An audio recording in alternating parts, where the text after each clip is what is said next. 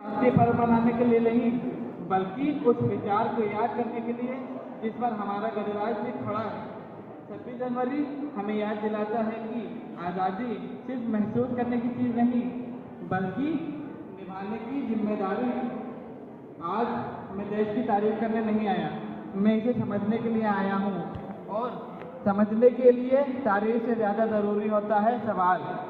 और इसीलिए एक सवाल मैं आज आपके सामने पेश करना चाहता हूँ कि अगर मैं आज आपसे पूछूं कि आप भारतीय क्यों हैं, इसलिए क्योंकि हम यहाँ पैदा हुए, या इसलिए क्योंकि हमारे पासपोर्ट का रंग नीला है, या इसलिए क्योंकि हम क्रिकेट देखते समय भावुक हो जाते हैं? ज़्यादातर लोग कहेंगे क्योंकि हम यहाँ पैदा हुए। अगर पैदा होना सब कुछ होता तो जेल में पैदा होने वाला बच्चा अपराधी होता। पर सच ये है, पैदा होना मजबूरी होती है और भारतीय रहना सहमति है। और इसी फैसले को समझने के लिए आज मैं बात करना चाहता हूँ कि हम भारतीय क्यों हैं। हम जानते हैं कि जन्म सबको मिलता है, मगर पहचान बनानी पड़ती है। भारत एक जमीन का टुकड़ा नहीं, बल्कि एक विचार है जहाँ अलग अलग तरह के लोग एक साथ रहते हैं बिना एक जैसे बने।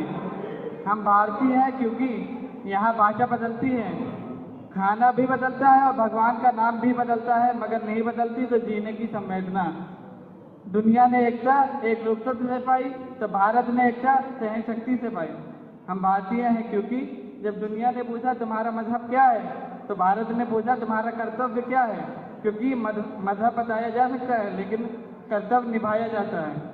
इसलिए भारतीय होना सिर्फ अपने अधिकार को मांगना नहीं, बल्कि जिम्मेदारी को पहचानना और निभाना है। आखिरी बात यह है कि भारतीय होना सिर्फ तिरंगे से प्यार करना नहीं होता, सच का साथ देना होता है, चाहे सच असुविधा ही पैदा क्यों न करे। भारत मिट्टी का टुकड़ा नहीं, बल्कि भारतीयों की नीयत है। अगर मैं ईमानदार हूँ तो भारत ईमानदार होगा, अगर मैं जिम्मेदार हूँ तो भारत मजबूत होगा। और भारत का भविष्य भारतीय संसद में नहीं, आज सबके चरित्र में लिखा जा रहा है। तो अगर भारत का विकास देखना है तो आईना देखिए, अखबार नहीं। जय हिंद, जय भारत।